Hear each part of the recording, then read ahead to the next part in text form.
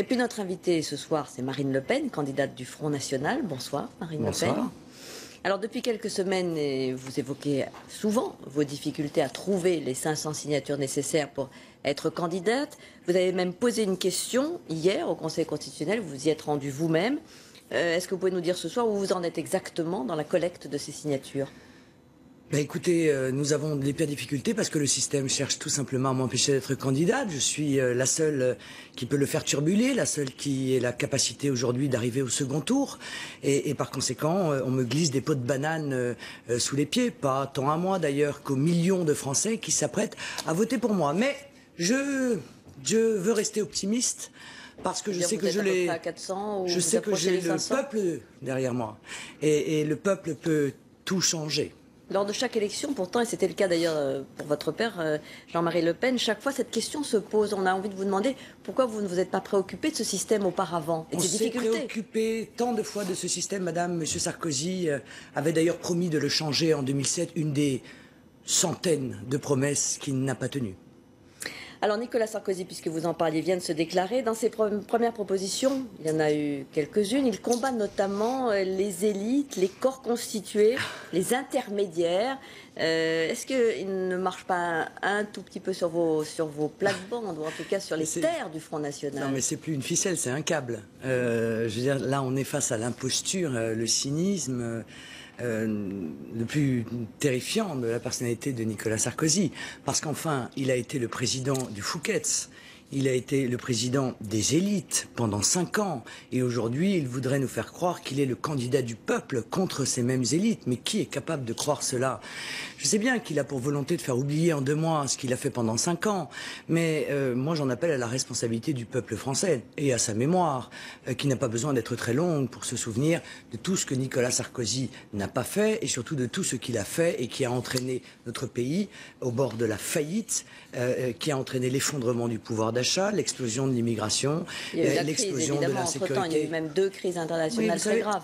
Oui, non, madame, il n'y a pas eu 2 crises. Parce que l'explosion de l'immigration, c'est pas la crise. L'explosion de l'insécurité, c'est pas la crise. Les choix fiscaux qui ont été faits par Nicolas Sarkozy au bénéfice des plus riches et au détriment des plus modestes, c'est pas la crise.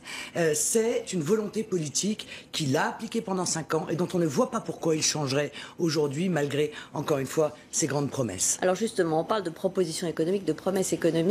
Votre campagne, Marine Le Pen, semble actuellement marquer le pas, ou en tout cas ne pas s'accélérer. On le voit dans les sondages. Est-ce que vous n'avez pas le sentiment que ce programme économique que vous présentez au nom du Front National ne passe pas ou ne convainc pas, et notamment la sortie de l'euro?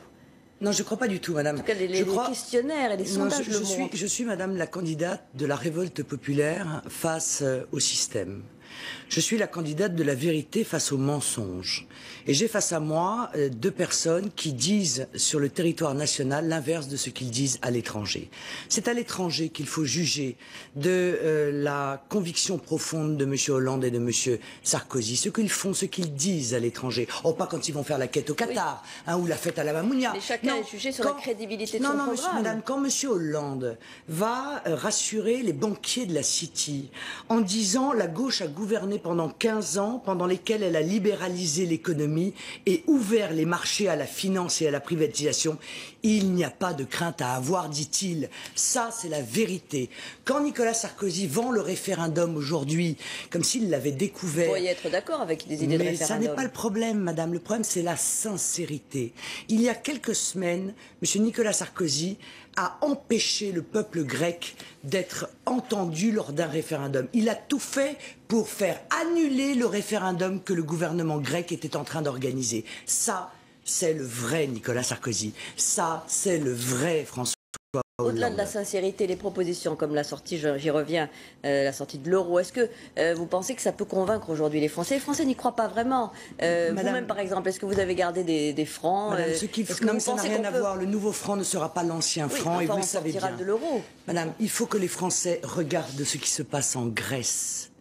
Cette régression économique et sociale massive, le retour à l'âge de pierre, et qu'ils ne fassent pas preuve de péché d'orgueil, c'est exactement vers là que nous allons. Et vous voyez, il y a un acte manqué, c'est l'affiche de Nicolas Sarkozy. Il a mis sur son affiche la mer Égée. Oui, effectivement, l'horizon de la France qu'il offre, c'est la Grèce. Marine Le Pen, Jean-Marie Le Pen vient d'être condamné pour des déclarations sur l'occupation allemande. Est-ce que vous les regrettez? Madame, j'ai été invitée en 1 mois et demi sur votre chaîne 3% du temps d'antenne politique, quand M. Sarkozy a été invité 42%.